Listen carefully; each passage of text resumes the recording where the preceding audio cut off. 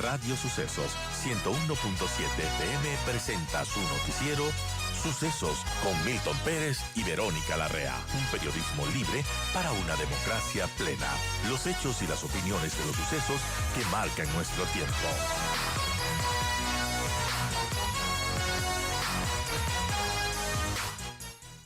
Y bueno, nosotros continuamos para hablar acerca de esta situación de Ucrania y Estados Unidos, porque los presidentes de Estados Unidos, Donald Trump, y de Ucrania, Volodymyr Zelensky, firmarían hoy un acuerdo que permitiría que los Estados Unidos acceda a los minerales de tierras raras de Kiev. Aún falta resolver algunos temas como cuestiones de defensa que Ucrania considera vitales. Y de hecho, el presidente ucraniano está viajando a Washington para firmar este acuerdo para permitir que los Estados Unidos exploten los recursos minerales de Ucrania. De hecho, el primer borrador que se había conocido, del que no había muchos detalles, pero se mencionaba que, bueno, era un acuerdo borrador que se parecía mucho a un casi saqueo al estilo colonial impuesto a una nación que está desesperada, ¿no? Por este conflicto con Rusia, que ya cumple, además, cumplió 3 años. Pero Zelensky se negó a firmarlo, advirtiendo que no podía vender la riqueza de su nación. Así pues, Trump había afirmado que podía conseguir unos 500 mil millones para devolver a los contribuyentes estadounidenses la ayuda militar y financiera que prestó a Ucrania tras la invasión rusa. En todo caso, hay una nueva versión y la última versión parece mucho menos onerosa para Ucrania.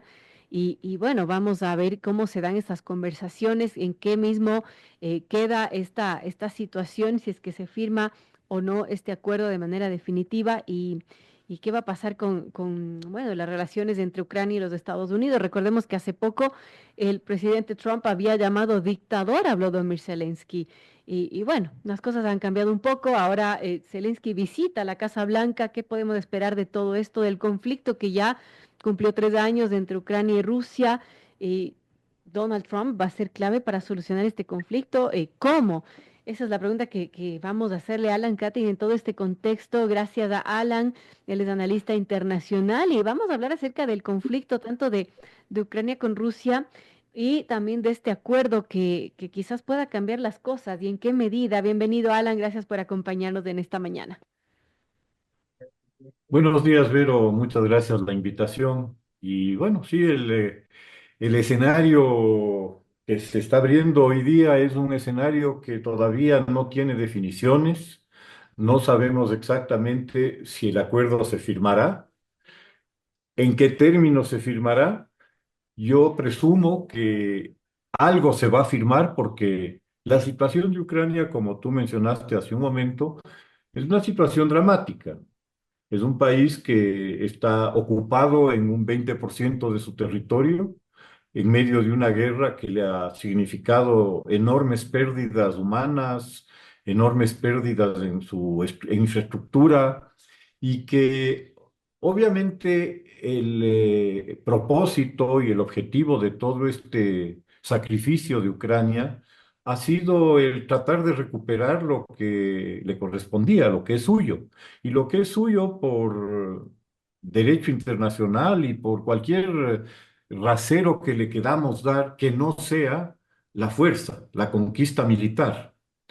Las fronteras ucranianas fueron reconocidas inicialmente por Rusia cuando se produce el colapso del Imperio Soviético y la separación de las repúblicas soviéticas y su constitución en nuevos estados, como fue el caso de Bielorrusia, de los estados bálticos, de la propia Ucrania y de las varias repúblicas exsoviéticas del Asia Central y del Cáucaso.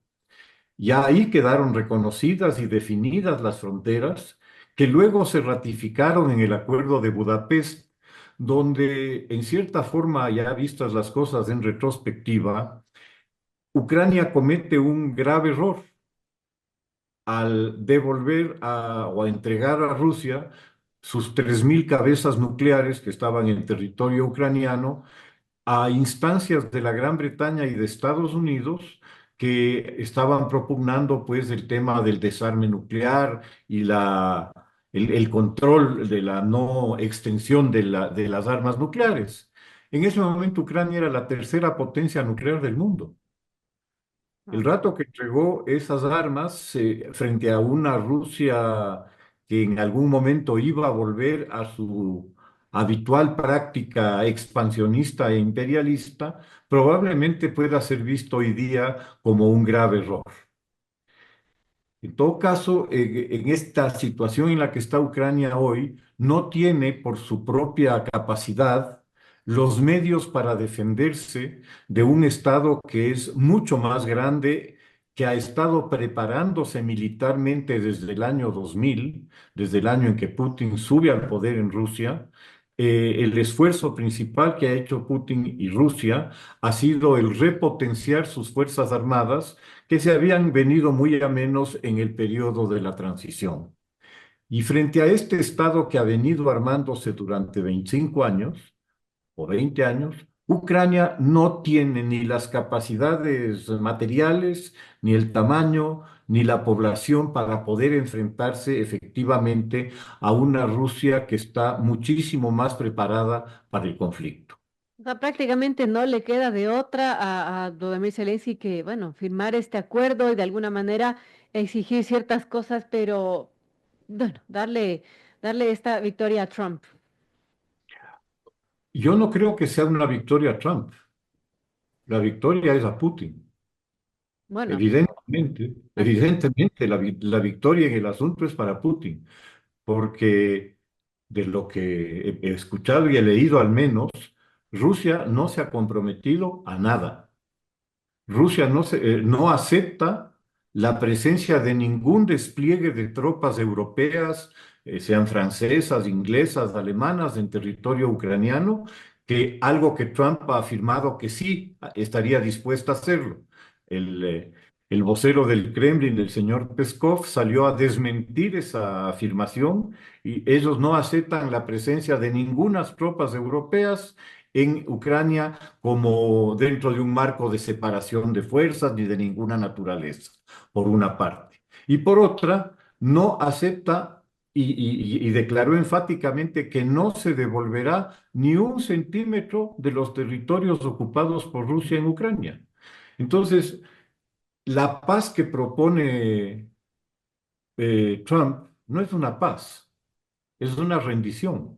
Así Es es. una rendición prácticamente incondicional de Ucrania ante las realidades que existen en este momento sobre el terreno.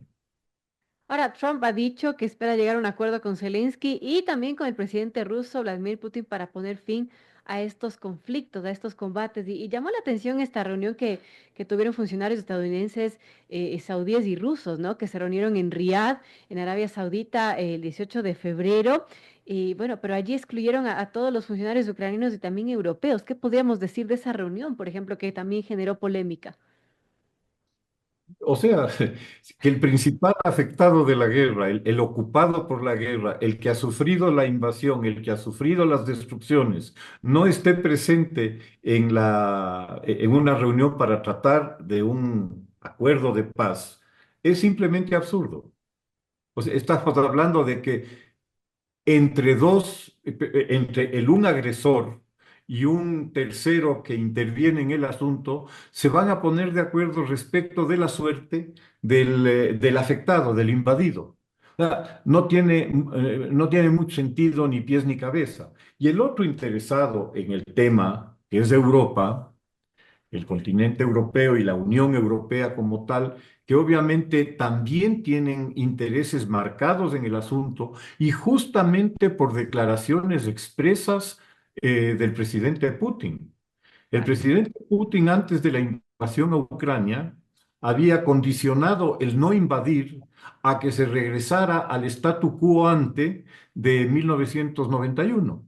Es decir, básicamente que salgan de la OTAN Polonia, Hungría, los estados bálticos, Rumania, Bulgaria, que salgan de la OTAN y que las cosas vuelvan al estado anterior en el que esta zona era una zona de satélites soviéticos por una parte o de repúblicas soviéticas, en el caso de los bálticos, otra.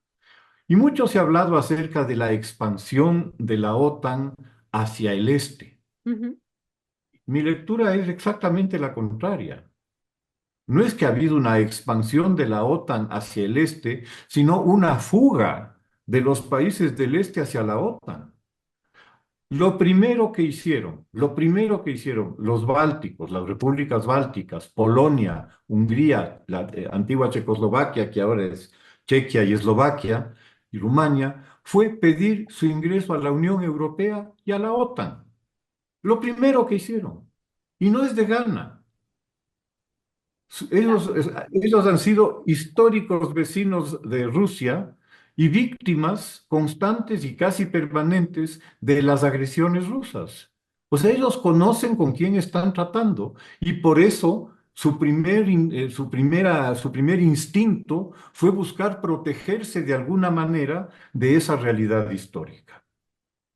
Bueno, qué complejo y qué complejo lo que está viviendo ahora mismo Ucrania con este acuerdo que, bueno, prácticamente está supeditado, obligado a firmar Volodymyr Zelensky.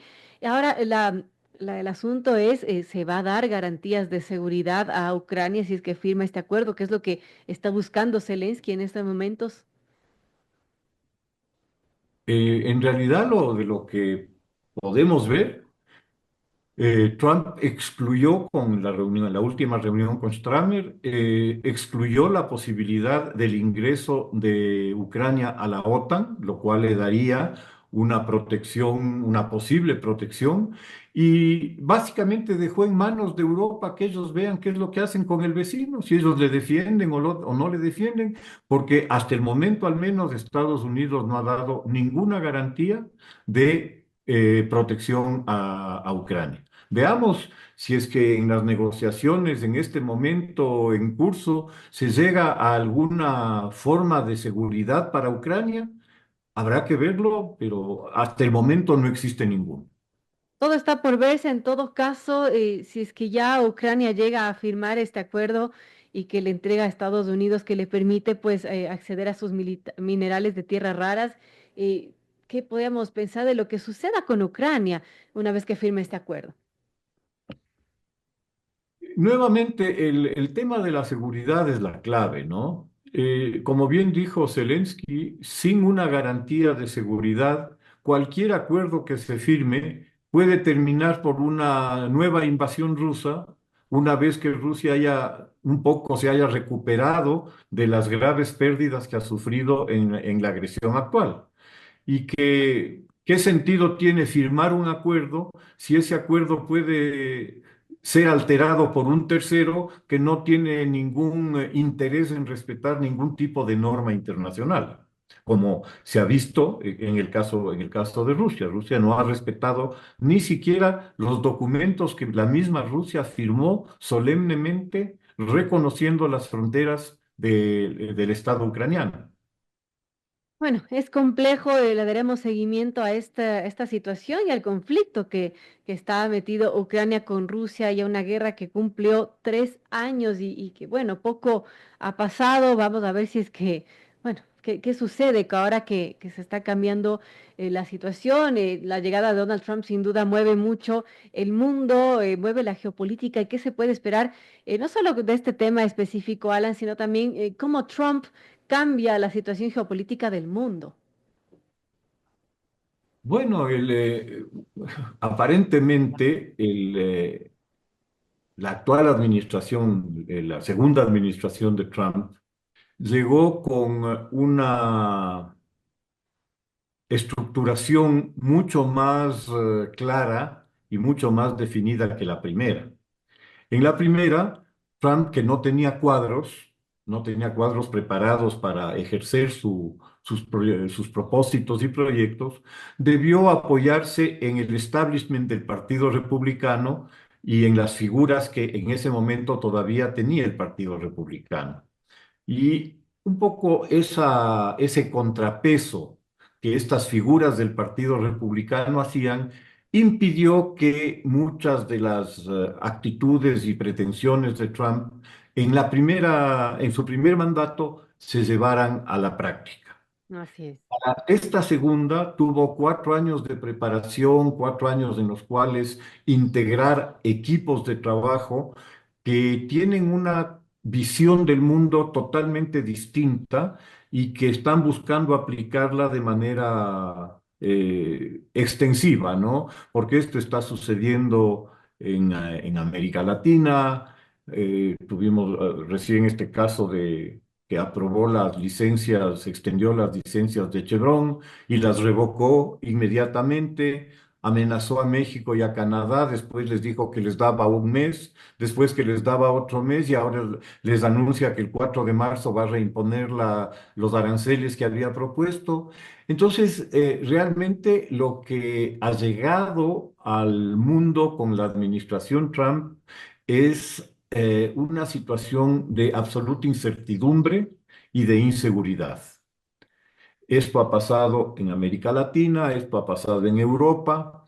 El, eh, las declaraciones sobre el gobernador de Canadá, que son una grosería realmente al gobierno canadiense, y la pretensión de que Canadá se convierta en el 51º estado de los Estados Unidos, la compra de Groenlandia, la recuperación del Canal de Panamá. O sea, hay toda una serie de declaraciones y de posiciones que lo que han hecho es generar una incertidumbre muy grande en todo Así el es. mundo.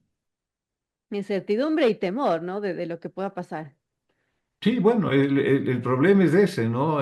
La incertidumbre es un poco la que genera restricciones en cuanto a ver, ¿vale la pena invertir ahora? ¿Esperaré un poco? Hay toda una serie de efectos que esta incertidumbre mundial está produciendo y en cierta forma un caos que nos está llevando a una transición inexplorada de lo que habían sido los lineamientos generales de la política internacional definidos luego de la Segunda Guerra Mundial. Ese escenario y ese orden internacional que nació de la Segunda Guerra Mundial evidentemente no tiene ya ninguna significación. Qué complejo escenario al que nos enfrentamos, de escenario de incertidumbre y temor, como menciona Alan Cata y analista internacional. Gracias, Alan, por acompañarnos de esta mañana para ayudarnos a entender un poco la situación de Ucrania, de su conflicto con Rusia, de esta relación con los Estados Unidos y bueno, del mundo también que está en mucha tensión desde la llegada de Donald Trump a los Estados Unidos. Gracias nuevamente por acompañarnos.